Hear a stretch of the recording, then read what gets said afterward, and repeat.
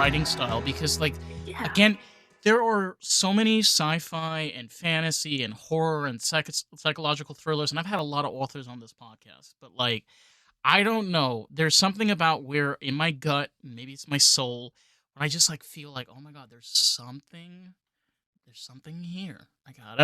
You. I gotta dig. I gotta figure this out. So my usually when I first have a project I want to write, it's been inspired by either a scene from like a daydream, mainly inspired through a song lyric or a music video or just an album, something that's planted some sort of image in my head, and I'll write to find the story that can come from that image. 8 times out of 10, the story never really comes to fruition. But so do a draft, and it's just me word vomiting down a page, and then I'll take the draft, and it feels like if there is enough like thought out plot, enough characterization, enough meat on that trash draft, I'll move forward to rewriting it to an actual first draft, second draft. The third draft is when I usually go to beta readers, but I'm part of a writing group and they see all of the early pages and try to help me get it all cleaned up as best I can. And then I do a fourth draft with beta reader comments, and then I do a fifth draft with a professional editor just to make sure it's as clean as polished as I can make it. I'm a terrible speller, so they always help me find all my like homonyms that I've Same, missed, and it's same. the worst. Phonics never worked for me.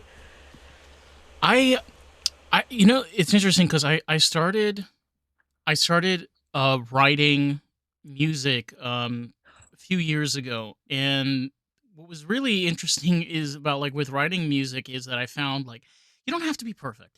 I No. like to be able to rhyme, but sometimes it doesn't really matter to me. I don't really care. I sometimes like to add in very dark and deep ideas, but people, you do not understand. The second that turns into a chapter, turns into a novel, and then you realize like, okay, like this is going to be easy.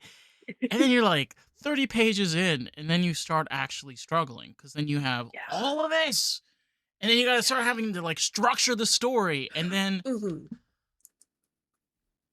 what am I going to do? What am I going to do? My first book I wrote, Wildfire. It's that superhero book one, and Is that on your website? it should be, yep, it should be right under the Failing Gravity book. It released in 2022, if I remember Yeah, correctly. here it is. Okay. Yeah. But when I wrote that, it was inspired by a Dungeons and Dragons game. The game ended, but I wasn't ready to let the character go, so I was putting her in all kinds of alternate universes. And Of course. when I was doing the superhero one, before I knew it, I had 30,000 words and a full like middle to like start, middle, end to a story. And I thought, wow, if I can do this, I can try to write a legit novel. And so I started doing a bunch of self-teaching, a bunch of like YouTube videos and how to write books, and a lot of like blogs and podcasts, and then I started rewriting that whole novel to make it a full-fledged 50,000, 60,000. It ended at 83,000 words, so I'm going from 30 to 83 was real. I didn't think I'd be able to tackle that many words, but just to see it grow and take shape and become a full book. It's it's hard, because the thing is like just to be able to keep track of all of the characters and just the storyline and yeah, okay, I think also I've talked to a few filmmakers about this too, and I've kind of noticed this pattern as well. A lot of the times where you have films that are being made now that the story is absolute trash. And I'm specifically talking about like even where you're dealing with like Marvel or DC or Hmm. things that are coming out of Sony. It's just like I'm sitting there and I'm just like, this is so unnecessary. You could have spent the last 10 minutes just developing the character, but it's too slow. We can't make enough money Hmm. off of that. I'm like, but, but I barely even know who the character is, and I've Yeah, been watching this for an hour. and it sucks that like even writing books now, my first thought is always, how am I going to market this? How am I going to make my agent and publisher want it? Hmm. And that Yeah. takes the passion away from it. And so when I'm doing that trash draft, I always have to remind myself, like, we're just doing this for fun. Don't worry about the tropes you need to include. Don't worry about how you're going to market it to your agent. Just write the story, let it come out. And those are the stories that end up getting picked up by my agent and making it to the bookshelves. And just because like that passion is still there. And like you mentioned, the lack of characterization in movies, I feel like that's the number one flaw these movies have because you can't get attached for anything, you can't root for anyone. The action fight scenes might be cool, but the what are they fighting for? What's the point? And the amount of CGI that goes into just. No.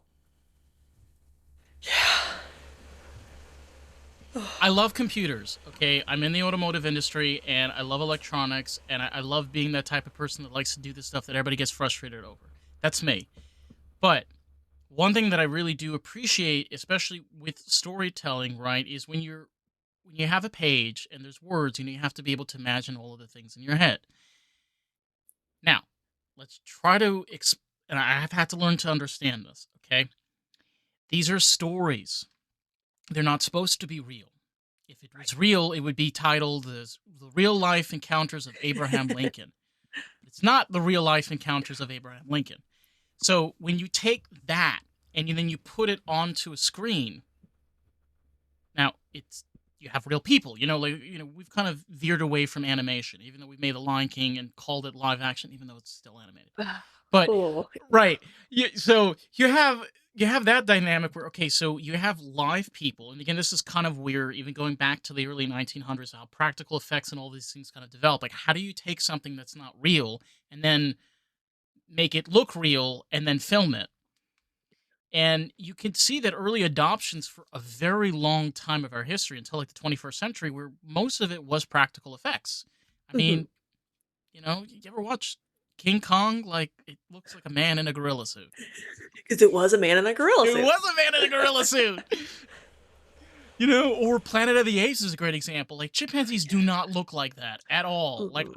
I've been to the zoo plenty of times, okay? Do not look like that. But it's just a product of their times. And again, it's because they're not supposed to be real. Right, Yeah. people? It's not supposed to be real. It, oh, some of the I forget what couple movies it was, but it felt like there was like an uncanny valley effect for a bunch of them. Where like this is too real, like it's you look too much like a person, and I much prefer animated films because of that. Because I'm super into kids stuff, so they're all like cutesy, but then they're able to do so much more with just the freedom of being animated and hand drawn and stuff. And I kind of realized that recently because they made a live action version of Lilo and Stitch. yeah. And I'm 26. I grew up when Lilo and Stitch came out. I was one of the kids that watched it as a child. Now, as an adult, being able to have see this is an interesting thing, especially when you're writing stories, because you have this dynamic now, especially when you start putting ink to paper, where in your mind you have as a child watching something that clearly is animated, clearly is not real, clearly is made up and fictional. It's just a story. And then you move 20 odd years into the future to now where they make a quote unquote live action version. And then you see why it was never made live action to begin Yeah. with. It's like, oh, like I'll give Disney credit. Their Yeah, live action Stitch it looks really cool. it's good. Don't get me, it's Yeah, good. I mean, is it gold star good? No. No. It's good. but they didn't need But to remake Lilo and Stitch. That movie was 10 out of 10 fine. perfection. Yeah. And keep in mind, I mean, growing up with Disney Channel and just all of the programs, we had a lot of Lilo and Stitch stuff to begin with. We had 4 Lilo and Hmm. Stitch movies. We had TV series. Yeah. Like, They're, you know, they're just milking the machine instead of making new content. it's the same thing that happened with Star Wars. I was talking with somebody about this a while ago too, where I think we both know this because especially when you're nerdy and geeky and stuff like that. Like, most people don't focus on this shit, but we do. And we already had a lot of information when the Phantom Menace, Revenge of the Sith. When these movies came out in the early 2000s, we already had a lot of backbone of what was going on in Star Wars, and then we got Clone Wars, which was an animated series, and kind of Hmm. broke down a lot more of what we were missing. And then Disney comes along because George Lucas, I don't know, maybe his drugs he didn't learn from Stephen King to just stop in the 80s. And he just sells it over to Disney, and then Disney completely forgets that we've had the whole 90s of graphic novels and Yeah. books and comic books, and then we've got the three movies, the sequel that came out in the, and then they give us seven, eight, and nine, and then they give us all of these TV shows that don't even correlate anywhere close to any of Yeah. the Star Wars universe. It's like I Didn't Disney release, like, all the things that were now canon for them, but, like, excluded all the novels, excluded all the games, and, like, it kind of a slap in the face because so much history was there, and yeah. say I was talking to somebody about this also too, with especially with Ahsoka Tano is a great example of this Mhm. too. Yeah. I'm like, guys, there's literally TV shows and comic books and shit about the character. Like, why the hell are you making her this, like, quote unquote, feminism of the era? Like, it's freaking Star Wars. Like, Just she's make a new supposed. character. Yeah. Telling you, Ugh. telling you. This is the shit that gets under my nails, and I can't. I can't. And it's not because, like, I can do anything about it. It's, again, when you're an artist and when you're somebody that's creative and you're spending the time to making these things. And again, like, we take inspiration from these things. These are the things that shape who we are as people. Like, we spend time with people that love this stuff. We create things that come from this inspiration. And then you have the big dogs that come around and it's like, yeah, we want a new ride in Disney World.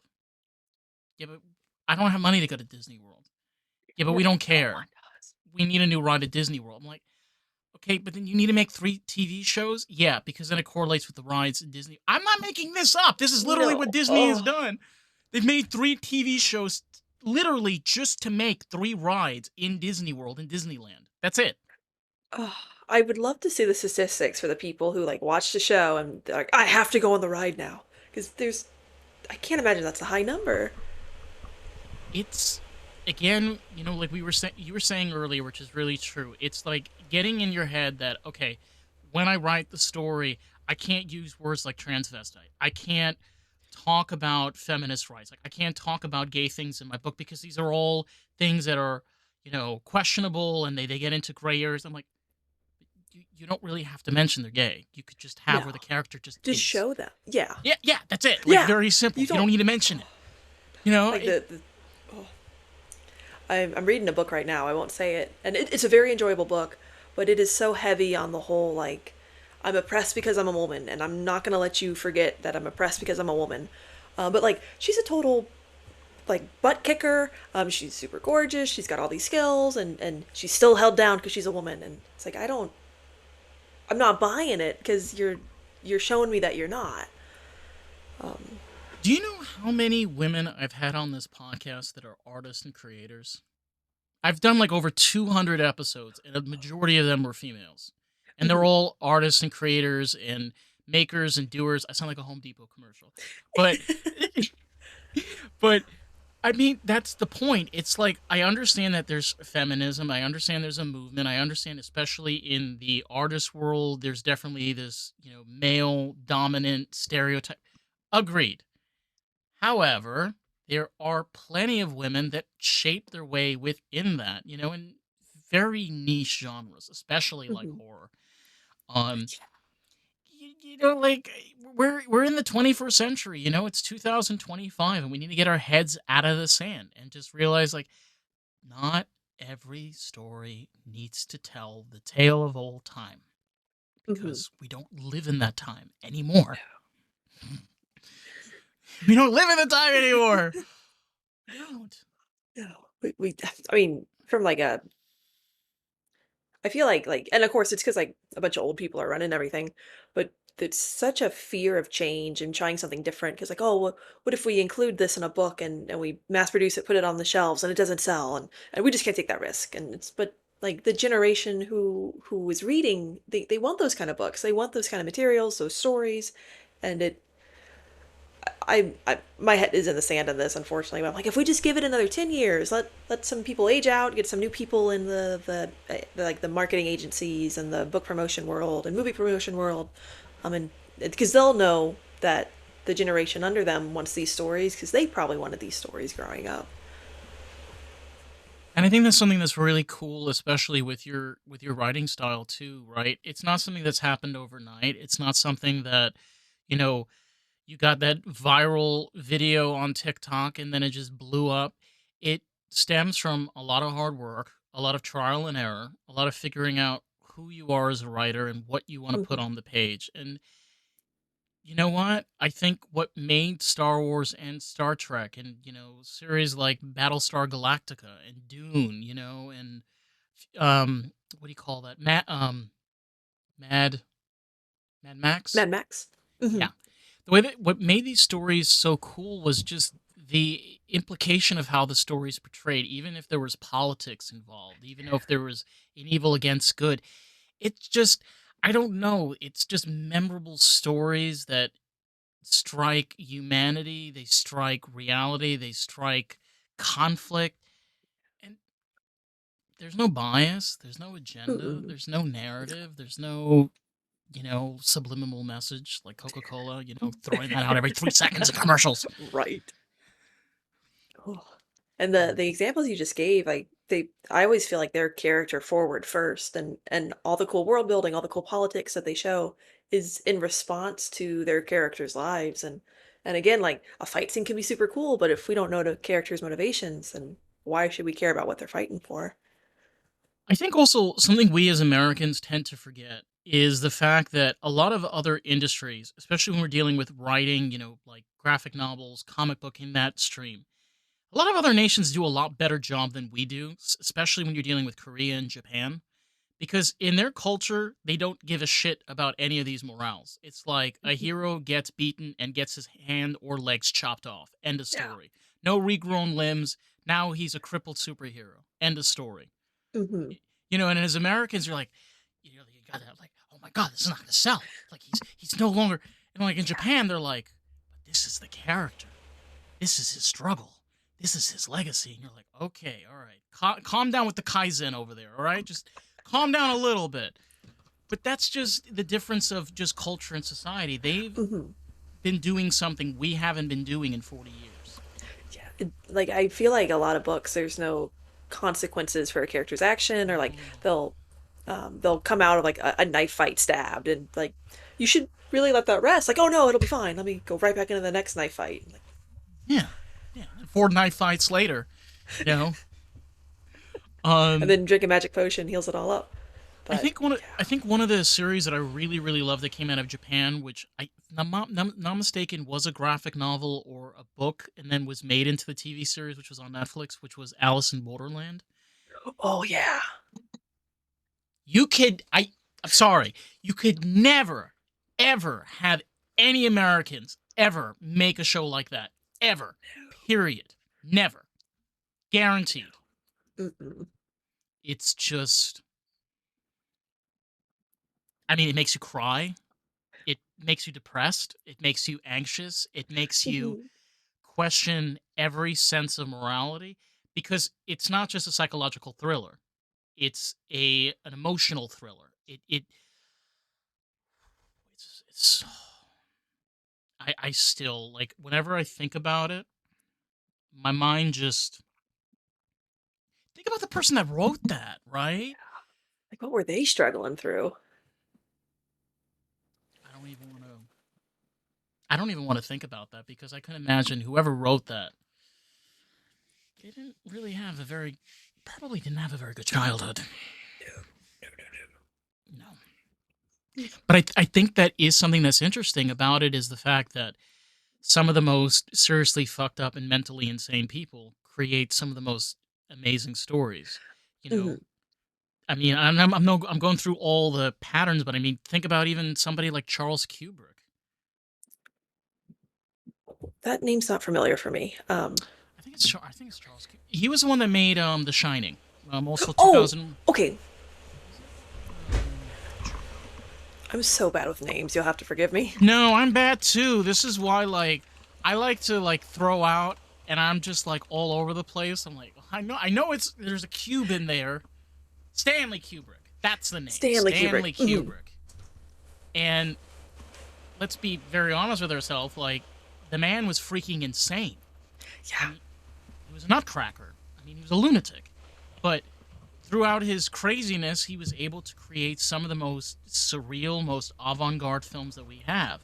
So I guess the question that I'm throwing out there is, do you need psychopathic crazy people in order to make good content? I don't think I hope you don't. I hope that's not a requirement. But for me, like, there's a saying in writing, it's write what you know. But you can always find out more to write things you don't know. But to have lived through certain experiences allows you to like show those certain experiences in very real ways. For like a loss of a parent, a loss of a child, like moving across the country, like those major elements. It's hard to write if you don't have a firsthand or secondhand experience, and so I hope you don't have to be a psychopath to make a good story, but I think having suffered elements of life helps you connect with readers. That way they know they're not alone. Like oh, I felt that way too, and just kind of this shared collective of emotions through writing, through storytelling. And by the way, to your point, it happens a lot of the times, even within music. You get a lot of songwriters where they make music that has nothing to do with their life at all. I, Hmm.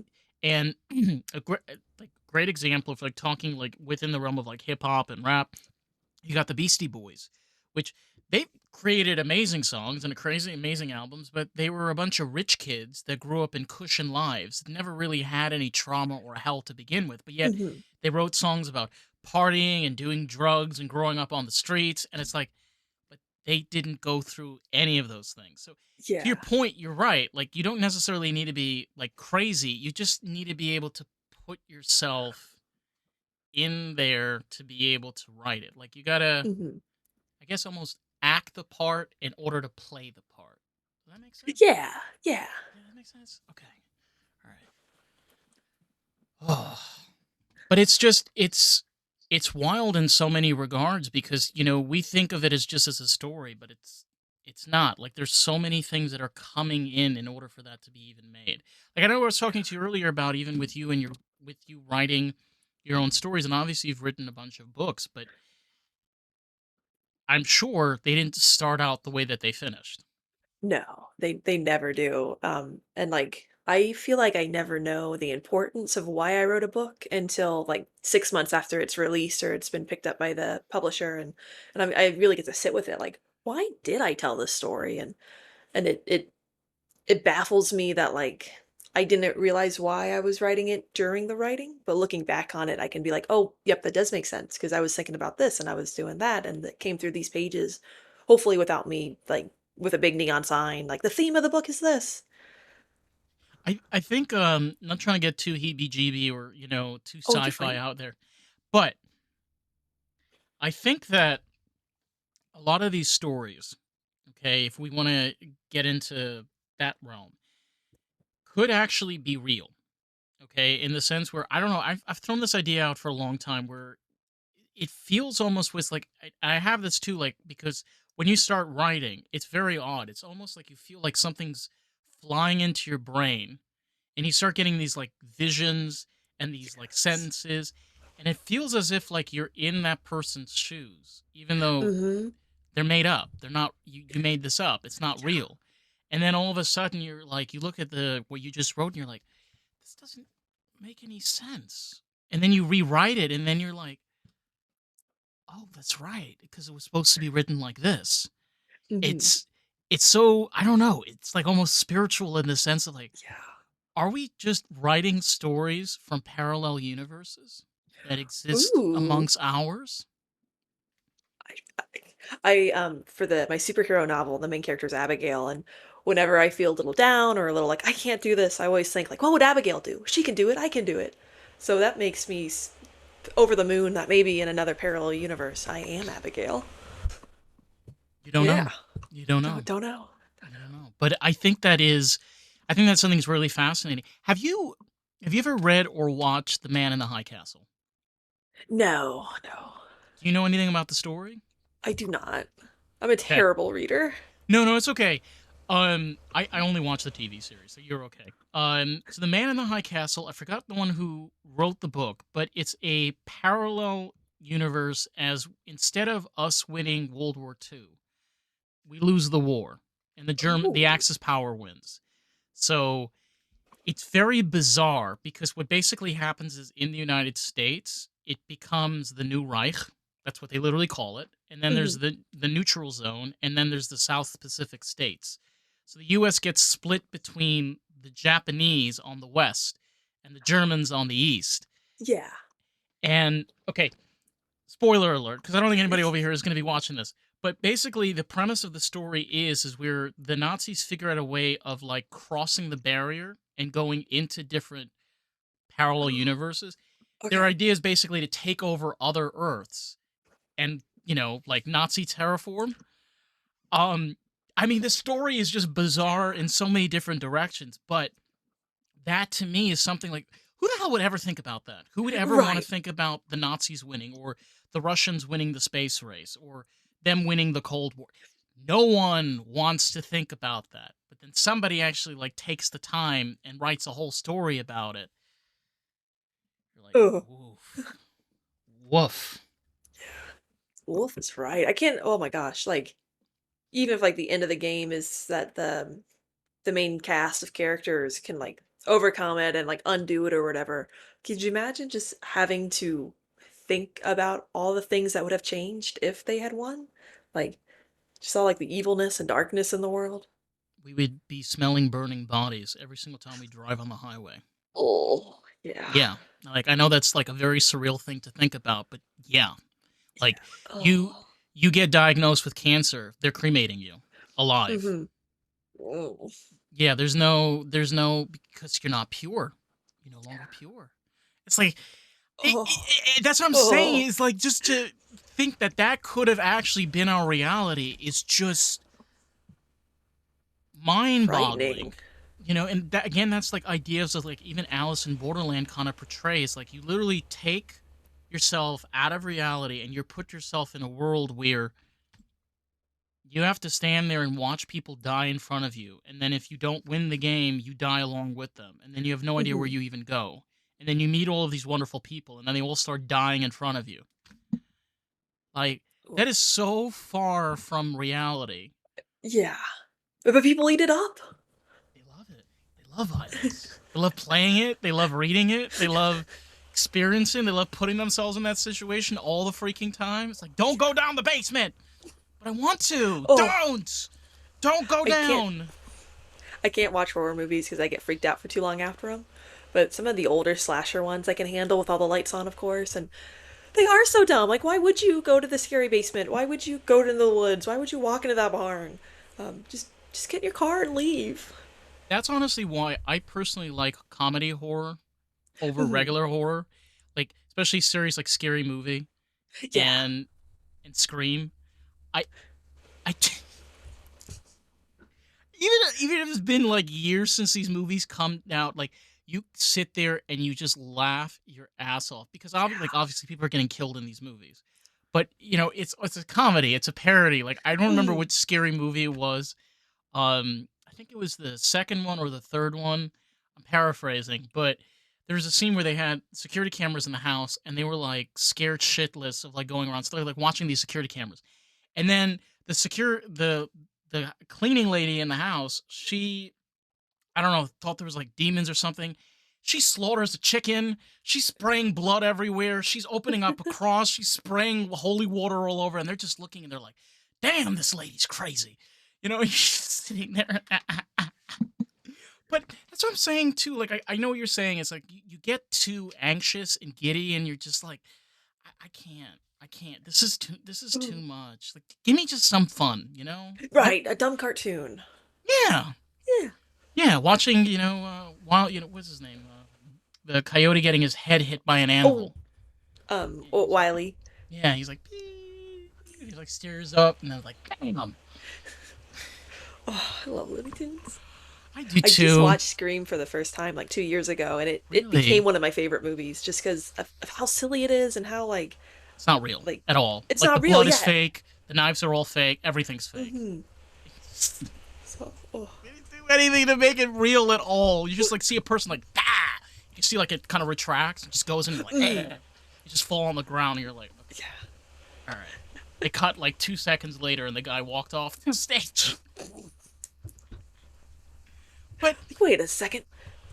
But you know what though? Storytelling wise, okay, somebody greenlit that many years ago, and you get a bunch of executives today to try to greenlit that. They're like, this is stupid. Nobody's gonna want to watch this. But somebody did greenlit it, and it Yeah, was and it's made. sort of a phenomenon nowadays. Nobody makes movies like that anymore. Name me No. one horror movie that's like that. I can't think of one that's come out It recently. I don't know if maybe just the mass production of movies we get every year, but it like I remember when Avengers and or the original Avengers came out and like that was an event and now like there's a Who new cares? superhero movie every other month and like Who cares? there's sort of I don't want to say it lost its appeal. I'm a big superhero fan, but I just can't like drum up the excitement anymore. Like, but so maybe it's like the the amount of movies we get each year, everything just sort of gets a little forgotten. It's also just the amount of stuff that's being thrown at our faces constantly. You know, something that we kind of forget is too like we've had the internet since 1995 Hmm. publicly. I mean, the internet has been around. Believe it or not, actually, the internet was invented in the early 70s. Um, yeah, which is crazy.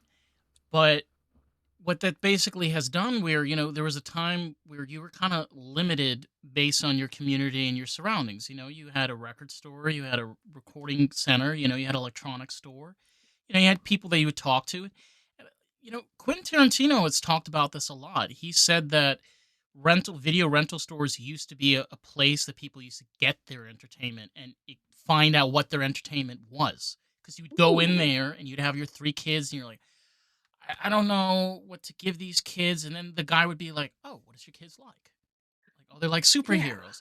Oh, okay. Well, I have actually something that I just recently just watched. I think you kids might actually like this. You're like, oh, okay, cool.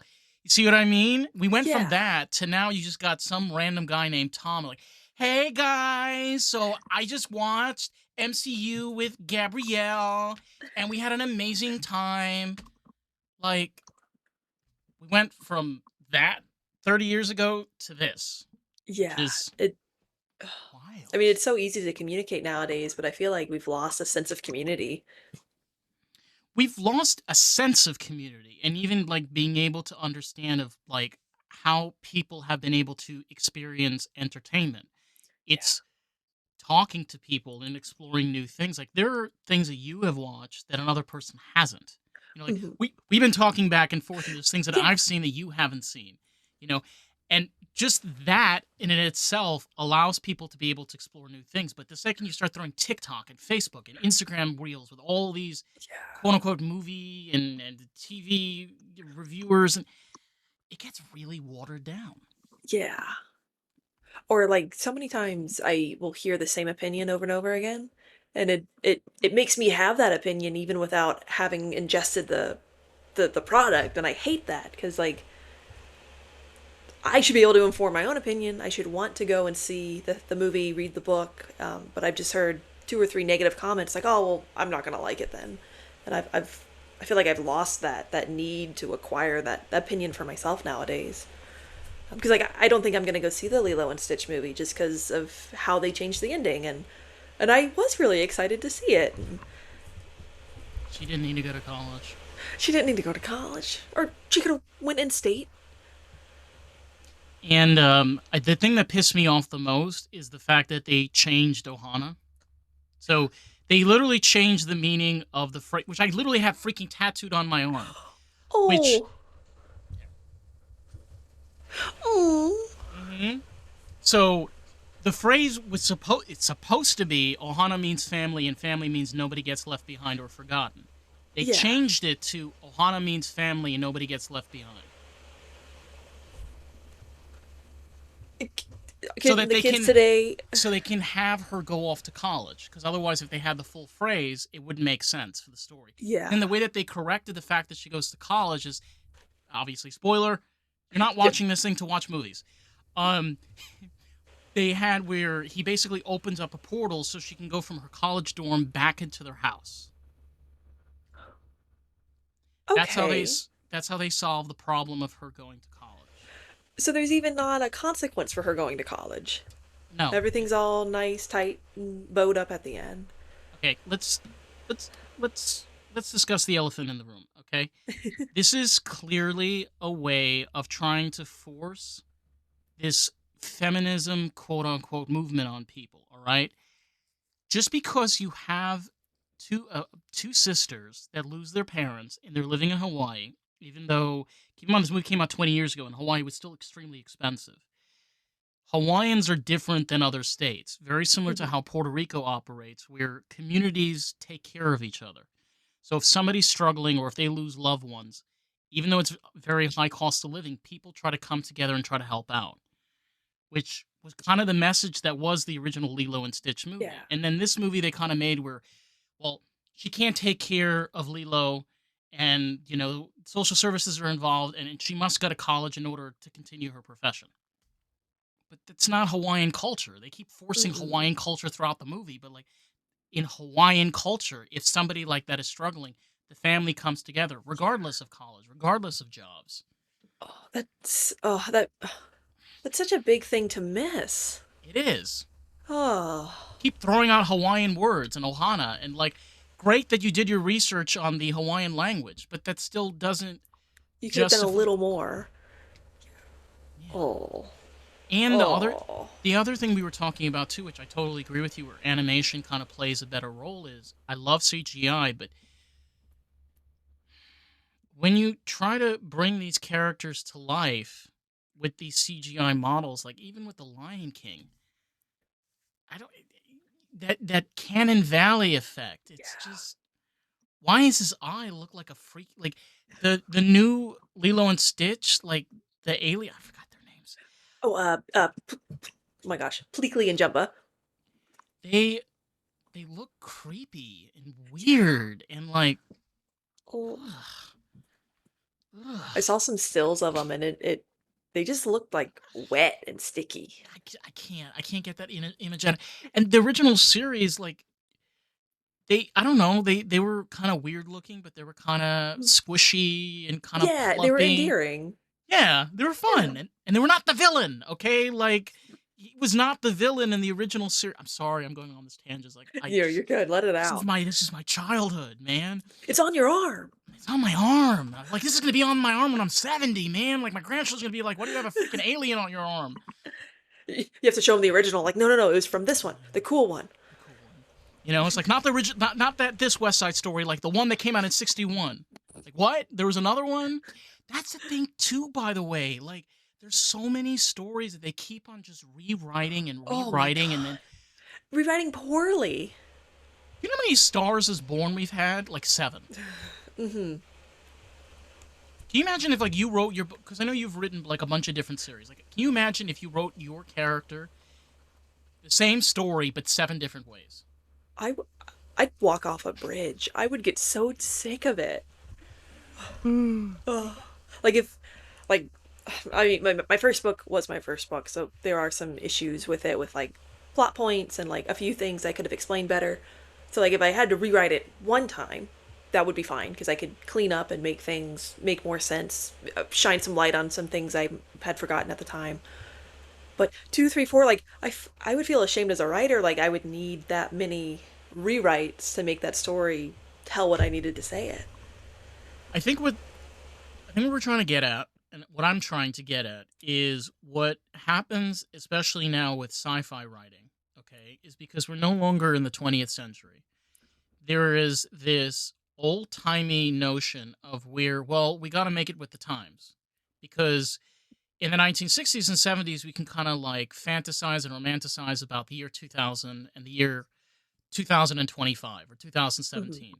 But now 2017, 2015 has already passed, and we're now in Yeah. 2025.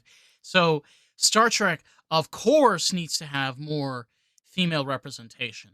Of course, Star Wars, needs to be more theoretical and more broken down and have waterless stories that have no bias or basis. Of course, we need to have sci-fi written so that we should understand of the complexity. No.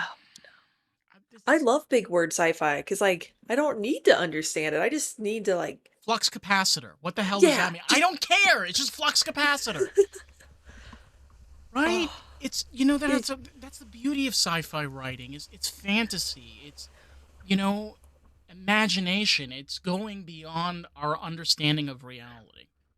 We don't need, like you said, we don't need to understand it. We just need to have it. And yeah, you don't need to overcomplicate it.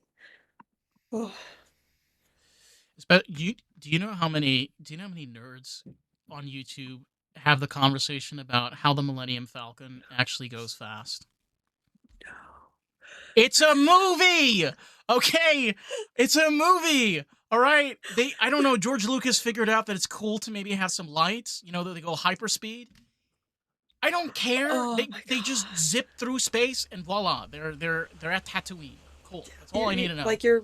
You're losing the enjoyment if you dive that far. And my newest book, Failing Gravity, there's a scene where like the there's these anti-gravity beams that keep a city floating, and one of the beams is like shorting out, and I brought that chapter to my writing group, and we were just cleaning it up, and it's we had like a 30-minute conversation on how much power the gravity needed. Is it really gravity? Should it be electromagnetics? I'm like, you're in the weeds, you guys. Did you enjoy it or not?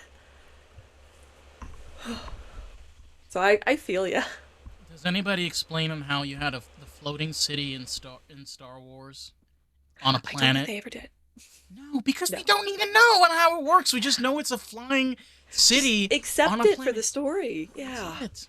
You know, I Ugh. think I think that's something that I really also like.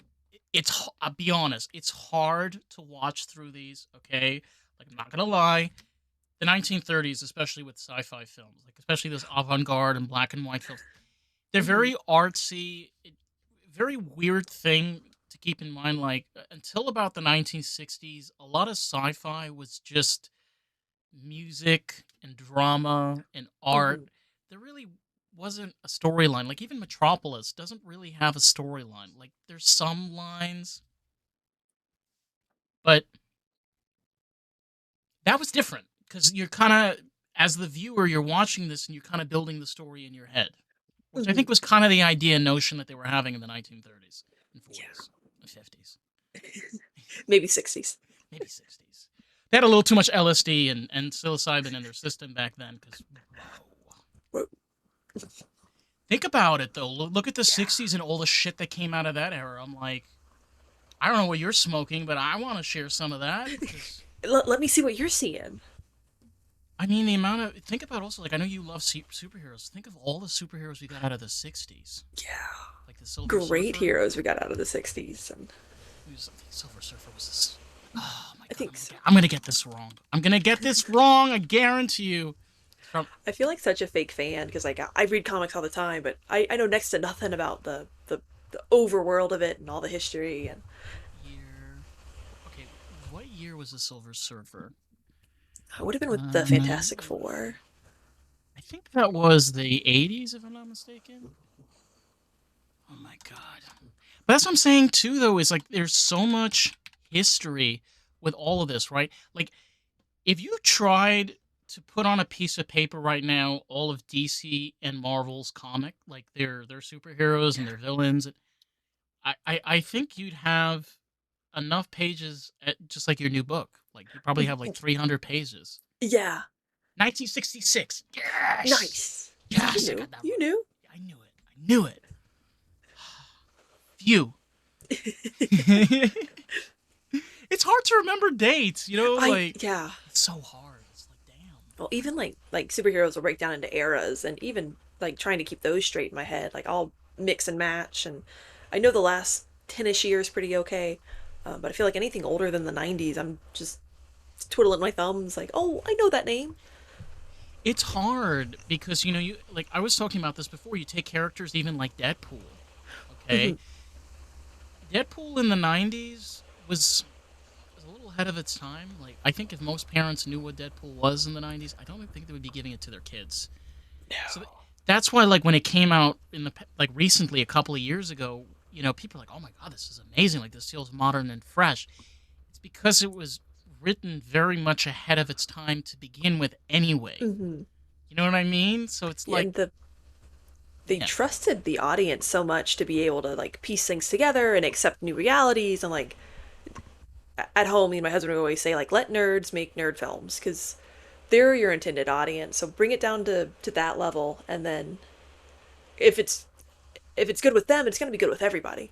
And I felt like Deadpool really did that. They paid homage to the original hero. They had a lot of like funny jabs at the world and at the comic book industry and everything. And as a comic book fan, as a hero fan, like we loved it. It was And amazing. people who and people who don't read comics, don't know heroes, they loved it. They And loved it it. it can be done. It can be, but it can be done the right way. You know, Hmm. we've been talking about movies and stuff, and I freaking love this shit. But when you look at even something like, you take like a villain like the Joker, and I think one of the best examples of having that portrayal was like Caesar Romero, like from the series in the 1960s. Hmm. And then you have something like Quentin Tarantino, which obviously grew up on the Caesar Romero Joker character, and then eventually experienced, like the Tim Burton version of the Joker, which was Jack Nicholson. And then fast forward, he comes out with the Joker, which, stars Joaquin Phoenix. But Hmm. this is the interesting thing because I watched the movie on film, like on 35 millimeter film, which by the way is the best way to watch Oh the Joker. wow! Yes, Yeah. best way to watch it. Um, you can see how closely Joaquin Phoenix is playing this character as if it's Jack Nicholson and Caesar Romero mixed together.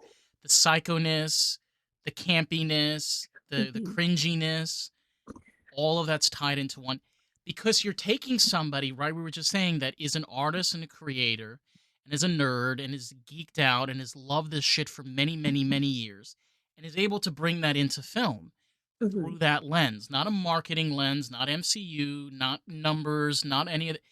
It's just an artist taking what he remembered as a child, what he experienced, and then making a movie out of that. Yeah.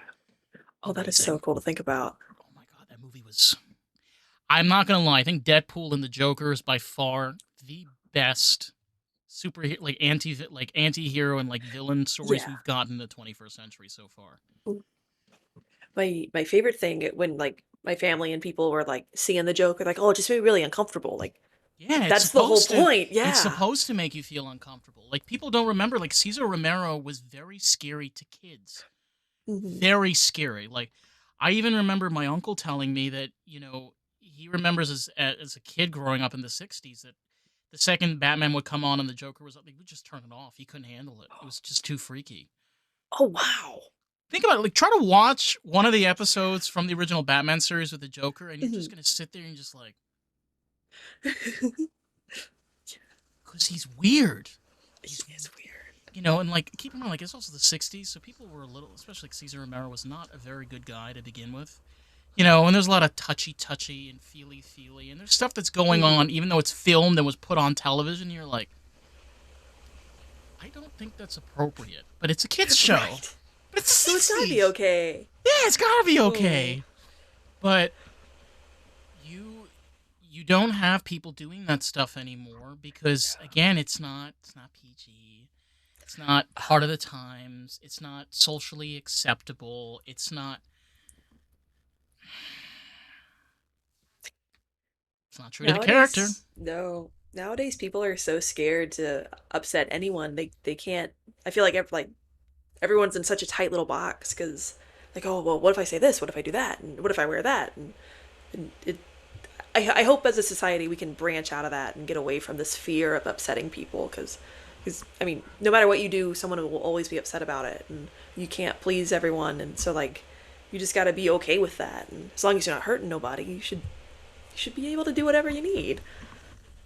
You know what though? I think especially for this podcast and the type of message that I try to get out, this is kind of the reason why I like authors like you is the fact that we are artists, we are creators, we love what we do, we have a strong passion, but we're tired of being told by marketing execs, told by publishers, told by editors of who we are supposed to be.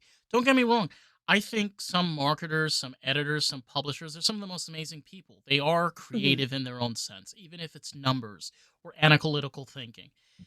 But it's being able to bridge those gaps together. It's being able to sit in front of a publisher and say, hey, this is my story. And I need you to understand that I can't rewrite it because then it's not true to the story. And then them Hmm. being able to understand, okay, I got you. So what we have to do is then shift the way that we're going to be marketing this. Maybe we got to, shift this to more of a niche market, maybe try to get this into local stores in a specific area. You know, that again, we're not trying to demonize anybody because I think everybody matters in this industry, but it's being able to bridge the gaps. Because if we continue the Mhm. way that we're doing,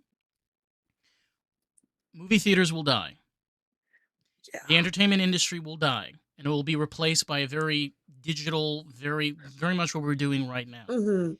And you know what? I'm not a corporate lover in any shape or sense. I feel it's important to have some physical structure, even if it's Yeah. large based, because they have given us some amazing stuff. Let's not gonna lie. Like 21st Century's given us a lot of amazing stuff. Universal's given us a lot Mhm. of amazing stuff.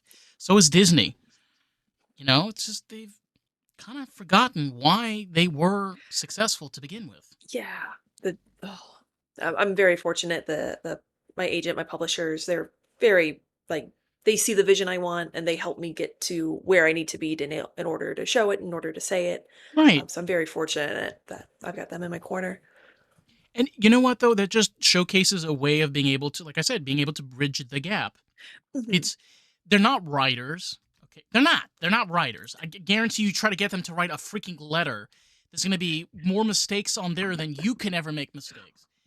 But they're able to see the other side of what you can't see as a writer. Exactly. And you know what though? I being serious, I think this is a reason why we get ourselves into a lot of trouble. Is because instead of being able to try to work through conflict and having conversations and talking about things, we point fingers, we start Mhm. wars, we threaten writers, we threaten actors, we threaten creators. It's not a way. It's not a Nope. way. This is not how we grow and thrive as artists as a community. It's just not how it works. Ooh, no. And like, oh my gosh, it in that same breath, people are so afraid of conflict. They I feel like in my day job, I work with college students, and I feel like they have no sense of how to stand up for themselves and like speak up when like something's not like if like oh this is just the way of the world. Like no, it's not. If there's a problem, you need to let us know so that we can help you handle it and get it taken care of and like just to find their voice again and find that they're able to stand on their own and yeah. Really being able to do that. Like on a completely different side note, I have a 14-year-old car, and as somebody that's training to be an automotive technician, I have experience with cars. You know, you tend to forget, and like this is also in the artist industry where you get this type of abuse where you have somebody that quote unquote is the expert, and they think of you as you don't know shit. I could pull the wool over you, like. Mm-hmm. But of course, you get what I like to call Honest Joe. And Honest Joe is that sweet, kind person Mm-hmm. that's, we'll take care of you. Don't worry. We got you. Like, don't worry. Don't worry about the warranty claims. Like, we got your back. And then in reality, what it turns out is that they basically throw every single wrench, nail, and screw and try to figure out and make a problem out of thin air. And Mm-hmm. then when you point out their blunders and mistakes, they start blaming you and say, "Well, you know, if you take your car, Oh their warranty is going to deny this, and they're not going to take care of this, and then you're going to have all these problems." Yada yada. Yada. And then again, even though this has to do with cars, you can kind of tie this back even yeah. with writing. You sit there and you say to yourself, "But I know this. This is Yeah. what I do." Okay, Mm-hmm. I may not be an expert. Okay, I may not be Stephen King. Okay, most of us are not freaking Stephen King, but what you're telling me is lies. You're Yeah. pulling the wall over me, and I know you're pulling over the wall over me. That right there is a skill that I think, especially if you're working with college students, is so freaking lost among people. It's like, don't be afraid to stand up, even if somebody's telling you Exactly. that you're wrong. Okay? You have that conversation and you try to, and if you are genuinely wrong, okay, tell the other person, tell me why I'm wrong. Yeah. Give me the And reason there's nothing why. wrong with being wrong. Like there will be No, situations you don't know enough to be right, but yeah, it's okay to be wrong, but not okay to have the wool pulled over you and taken advantage of.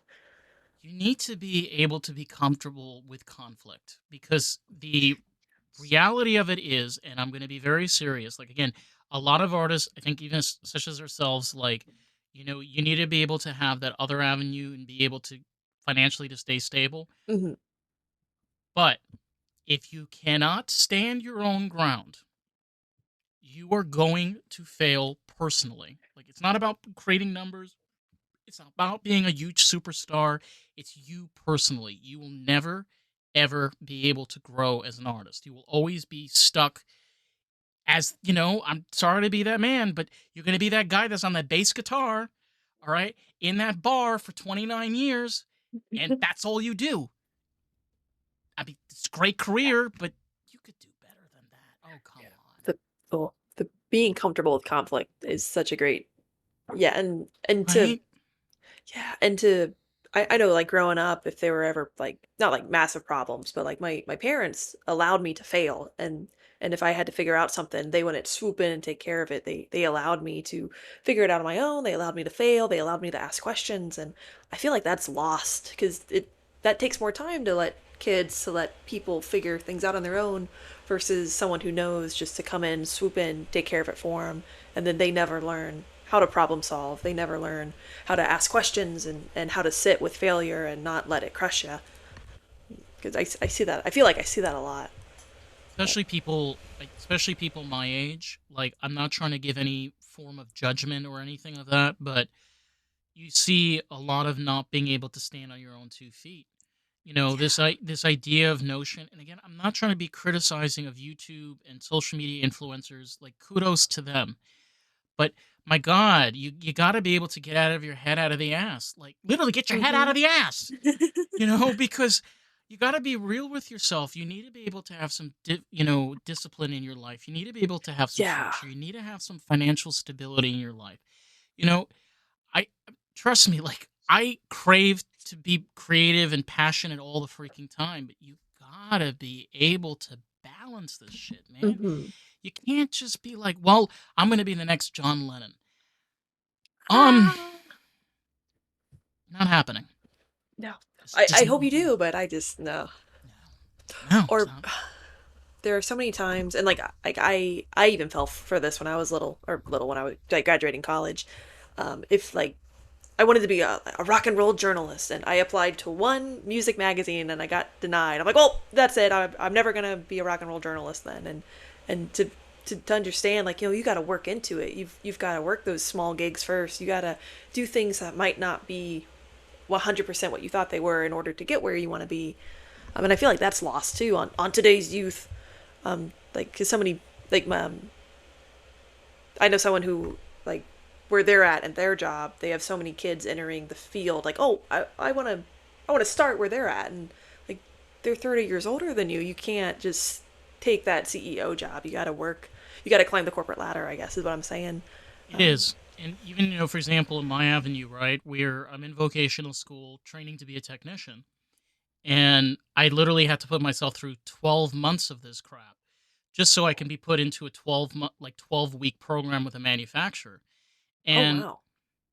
what that allows me to do is to basically start off as level 3 at, when I enter, like, a dealership bay, like, into the service bay. And that is not something that is easy that happens.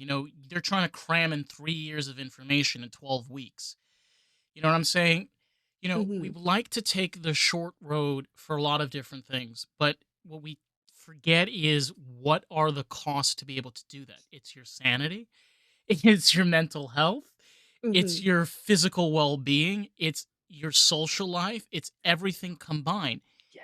And I don't think getting into this notion of everything is easy, you're going to appease every single person that you run into. You're not. You're going to run into conflicts all the time. You're going to run into problems and situations all the time. Yeah. If I told you the amount of times I've had 6 or 7 problems just pop up in a matter of 4 days, Oh. I'm like, you hear me, right? Can you fucking slow down, please? Let me catch my breath for a minute. Yeah, like, Yeah. give me a week. Like, you ever heard of, like, the Sabbath or like Sunday? Like a break. Yeah. Just one day. That's all I'm asking. Or yeah, or like there's, yeah, like, same breath, like, I work property management, so my the company I work for, we manage properties for college students, You are all over and the place. yeah, Jesus. But there'll be like 3 weeks Mm. where nothing, like all the buildings are good, all the tenants are happy, and then one week we'll get like Bad. 5 calls every day. Yeah, bam, bam, bam, bam, bam, and it's like it'd be so nice to sprinkle these out through the month, and but of course you can't control maintenance, or you can't control when a toilet gets clogged, or when a storm comes in and blows part of a roof off, and but That's honestly like I know we've been talking about superheroes a lot, and one thing recently I really enjoyed was have you watched Invincible at all? yeah, I love Invincible. Oh, First off, by the way, like I love the fact that every single episode is either him getting his ass kicked, his ass ripped off, his ass reattached, or reattached and then him being in a coma. And mhm. it's pure gold. It's just like, obviously, he seems like this really like powerful, like I'm gonna beat you up, like da da da da, and then he just sucks ass like every Yeah, single freaking episode. You're like, come on, you got you can it, and do then it. you could do it, and then you got like a purple little brother now that almost gets his like torso ripped up to shreds, you Oh. know, and I think that is genius because I don't know who the people that are writing this, but I know that where they're stemming this writing is from is they're like screaming on the high heavens. It's like, yo, Yeah. this is a Japanese anime. I think it's Japanese. It's Japanese or Korean. I think it's Japanese. It's a Yeah. Japanese anime series, and like we gotta stay true to the story. And then the execs are like, okay, okay, okay. The the writers of the comic books are the same writers as The Walking Dead. And so like I'll see a lot of similarities like, "Oh my god, it's so gory. How can you get away with that?" Well, because they've already gotten away with it in live action, so getting away with it on the pages and on the animated screen. But oh, Well, oh, we were talking about even series like Star Trek, and something that a lot of people don't know is that when Gene Roddenberry tried getting Star Trek off the ground, no one wanted it. No one. The whoa. person that actually helped produce Star Trek was none other than Lucille Ball, the lady from I Love Lucy. Yeah, Yeah. that lady was the one that helped promote Star Trek. And it's crazy to think that like we've seen these patterns happen so many times. Like there was another series kind of also in the realm of Star Trek, which was The Expanse, which was very also Mm, based on mhm. science and actual like realistic understanding of how physics and things work. Yeah. Series got canceled, and then Amazon came along and they were like, "Okay, we got you. We'll give it a shot. We'll give it a Mhm. shot." And then it blew up.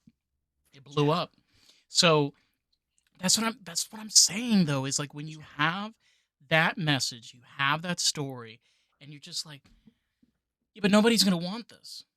Yeah, but somebody is gonna want it. Mhm. That You person can't may you have don't been. know. You don't know. You don't know. You just got to be able to trust. I know you can't always, but you got to sometimes trust the universe just a little. Okay? Have And faith in the work. Have faith in yourself. yeah, and understand that sometimes like if you get into a rut and it's not going the way that you want to, it's okay. Sometimes it's taken writers 20 years to write a book. Mhm.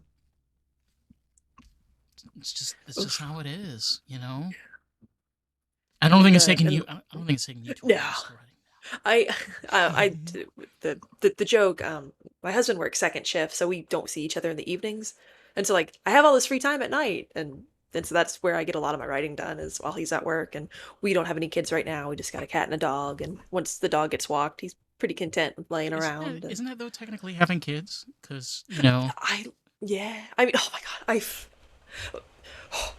he goes to the dog. He goes to daycare once a week, and I feel so weird. Like I have to make sure he gets a full night's rest before he goes, and I need to make sure he eats his breakfast, or else he gets grumpy with the other kids there. And like I'm so in love with this dog. Like he's my whole wide world. yeah. Oh, this little I my little baby angel. there are little fur babies. I Yeah. have mine. She's turning 7 this year. She Oh, she is a calico tuxedo cat, oh, and gorgeous. she acts like a dog. I don't. I think we should have had an intervention with her years ago about this. Like she rolls over. She likes belly scratches. She meow barks.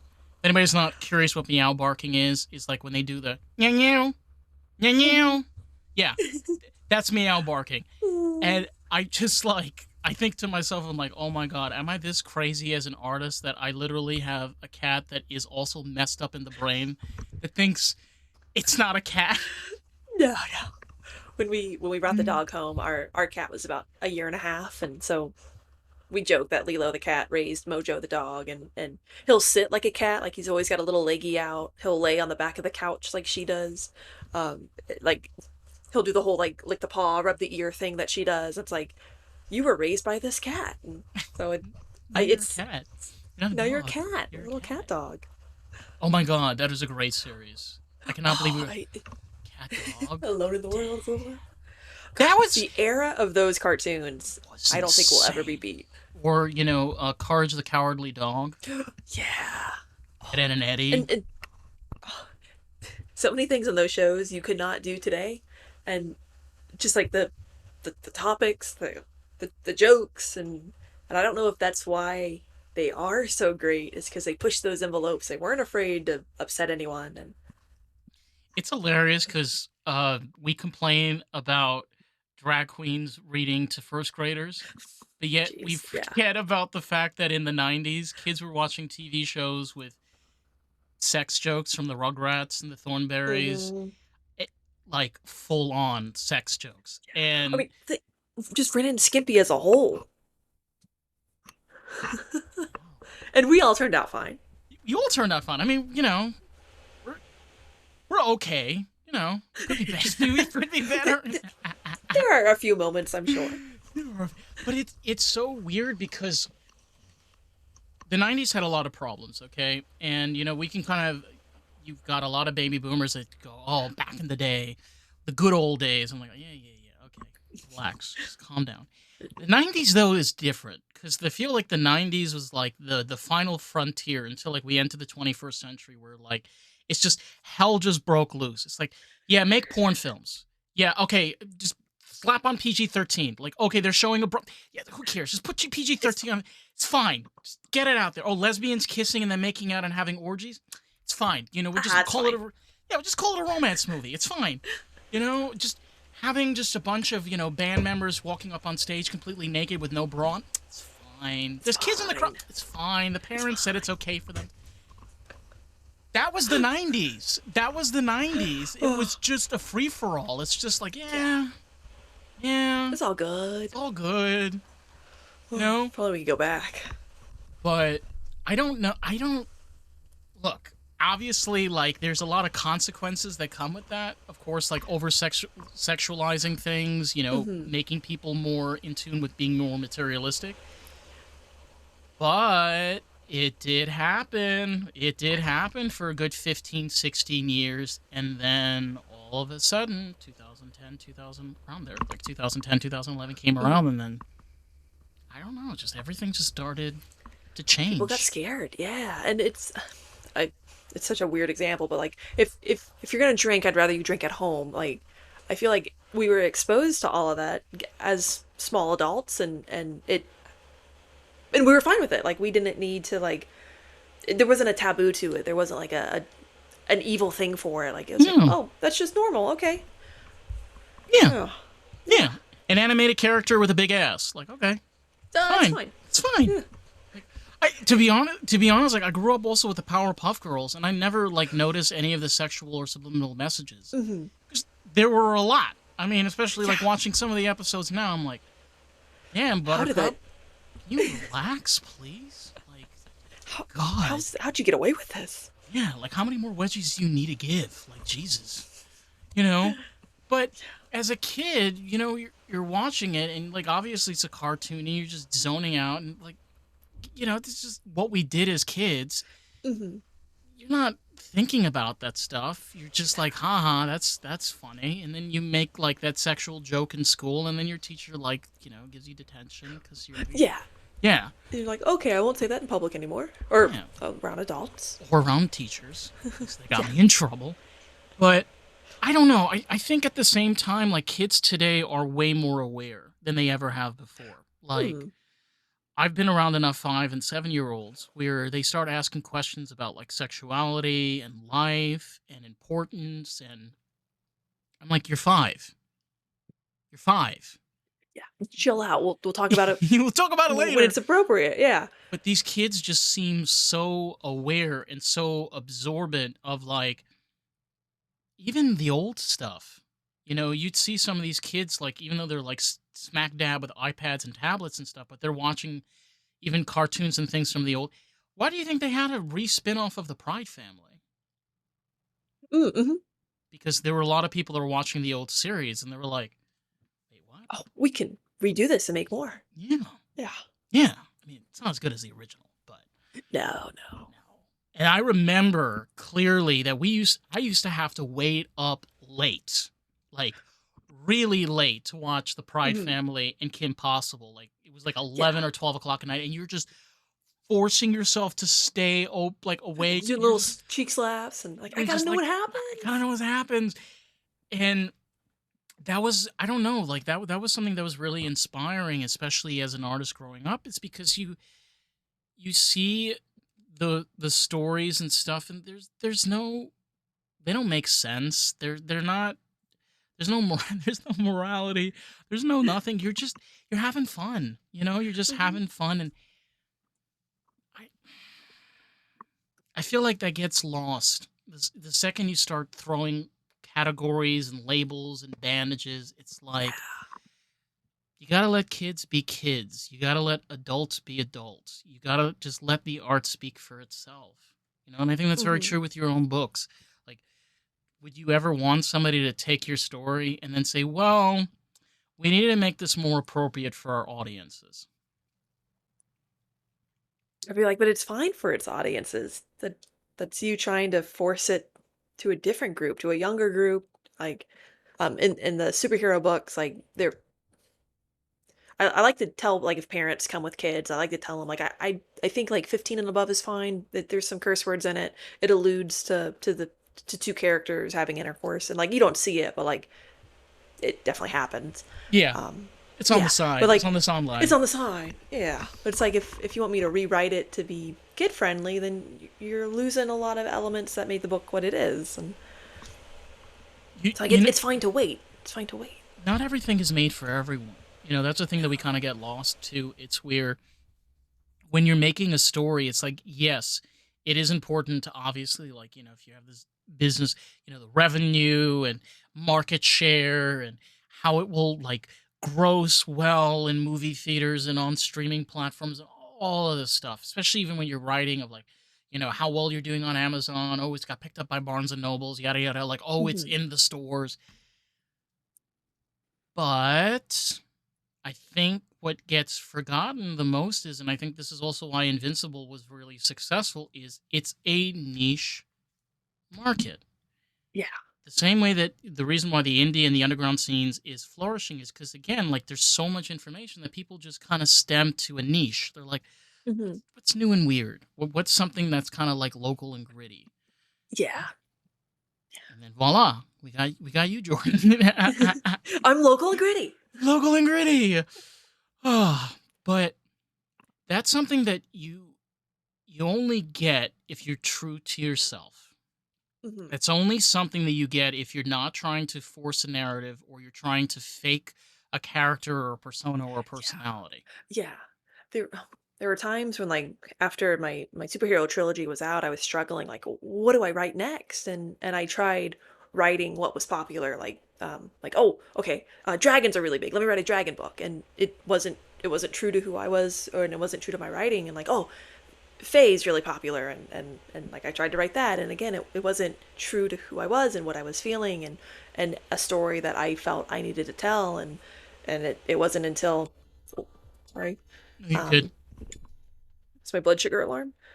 It wasn't until I fell into the science fiction world with Failing Gravity that the story came out and felt true to who I was and felt true to what I needed to tell and the what I Is it, was feeling at the moment came true to those words and like you said I wasn't faking it. is it blaring at you? Because I have a friend of I mine just that need to I have a friend of mine that has one yeah. of them. And Oh, she gets like the notifications constantly, and I'm yeah. like, what? And she's like, just give me 1 second. And Yeah, I'm I like, just gotta eat these jelly beans real fast. I'll be good. But yeah, like my blood sugar was high this morning, and of course I overcorrected with breakfast, and it's finally catching up. And You know what? That is also something that nobody wants to talk about is the story behind the the person that's actually making the story. Like we hmm have our whole lives, in your case you got a lot of things that are going on. You have a partner, you know. And believe it or not, by the way, that stuff really ties into the way that you're writing. hmm, When you I was thinking about this earlier on, right? One of my favorite series, like book series growing up, was Suzanne Collins' The Hunger Games. hmm And if you read the books, I'm gonna no offense to Suzanne, like she's not the greatest writer. She's okay, but the way that she writes her story, you can feel that almost like she's talking about her own life, her own hmm struggles, her own things that she's going through. She paints a very interesting perspective of Pan Am, which is technically America, America. right? And you fall in love with the story. I don't know any other way. You don't like get lost in it. You fall in love with the story. You start to feel the pain of what they're going through in the districts. You hmm kind of feel squeamish and kind of angry like they are with like the games that they're playing on these people. But I think why it works so well is because she's able to take her life and put that through Katniss Everdeen. Because Yeah, Katniss is Suzanne Collins. it is very real. Like the Katniss is very real, and you can believe the world that Suzanne is telling because you believe Katniss. And yeah, you're absolutely right. Like there are parts in those books where like, oh, that could be way better. It doesn't need to be way better because you're believing it through the character who you believe. And You're seeing yeah, it through, which is that. By the way, we should have talked about this earlier, but it's fine. We could talk about this now. That's something about first narrative, which is I have found is actually the hardest way of writing is first person. I can't do first person. I'm I've I'm tried so many times. I'm trying to do it, and I'm very much struggling. Like I'm already into chapter 4, and I'm like, Hmm. it's hard because what happens is when you try to have the characters bouncing off of each other, you try reading it back, and then you start fumbling, and you're like, wait, who's talking to who? hmm So the fact that Suzanne Collins was able to write a series, book after book, where it's very much first person narrative and it's being through the eyes and lens of Katniss, hmm even if the writing is not perfect, that is some serious skill right there because you're really walking through her steps, like hmm from the very beginning of the book towards the end, like when she falls and gets sick in the dome. You're like, I'm literally sitting there like, oh, Katniss, are you? And I'm thinking like, Katniss, are you Are you okay? okay? Are you gonna be all hmm right? Like, are you gonna like? Like, well, can I get you a cold compress? But What do you that's what need, girl? but that's what first person does, and I think that's why it's hmm so difficult to do. It's like you're not just writing a story. You're like like in the roller coaster, like please be stand Yeah. clear of the closing doors, please. hmm And you're going through this lens, you're going through those eyes. So the whole story is only through one person's eyes. So the way that they perceive the world and how they view hmm other people, their traumas, it's so hard. Jesus Christ. I thought this was freaking easy. It's not. And there's definitely a nuance to first person writing because, like, when I write third person, I'm so focused in on one character. You only see and feel what they're feeling.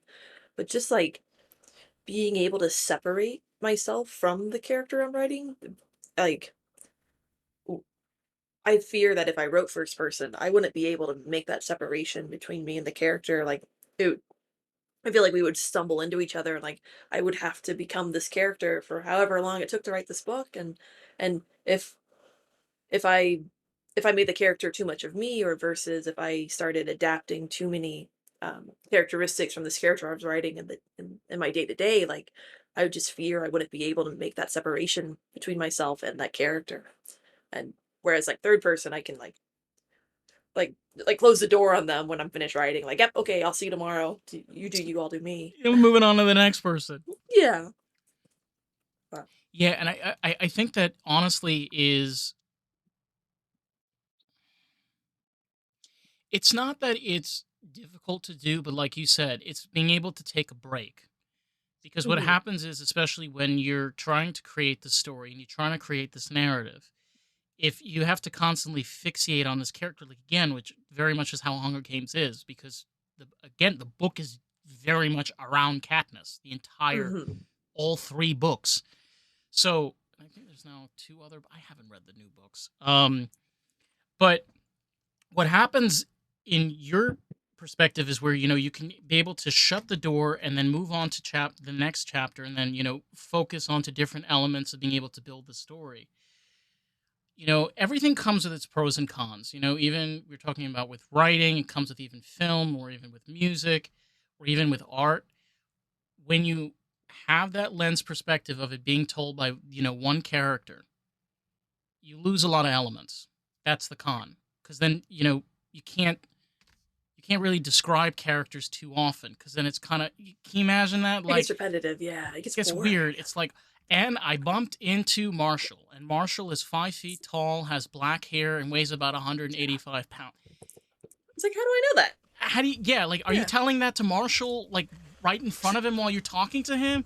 You're like, hi, Marshall, you're 5'5", you got black hair, and you're wearing a suit. So you Yeah. can't add all those elements, and you can maybe like throw in like, oh, this person's like sophisticated and like ahead of its time, so you can kind of, but basically you're causing your writers to go through this whole fixation of where they have to figure out what the characters look like. They got to understand the scenarios that are being played. They kind of some I've had this happen with first person, especially with psychological thrillers. You finish a chapter. Wait, what just happened?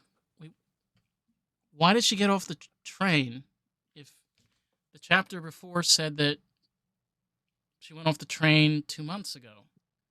Wait, so is this chapter Ooh, happening 2 months prior? Is this talking about that just that? sounds like a messy narrative.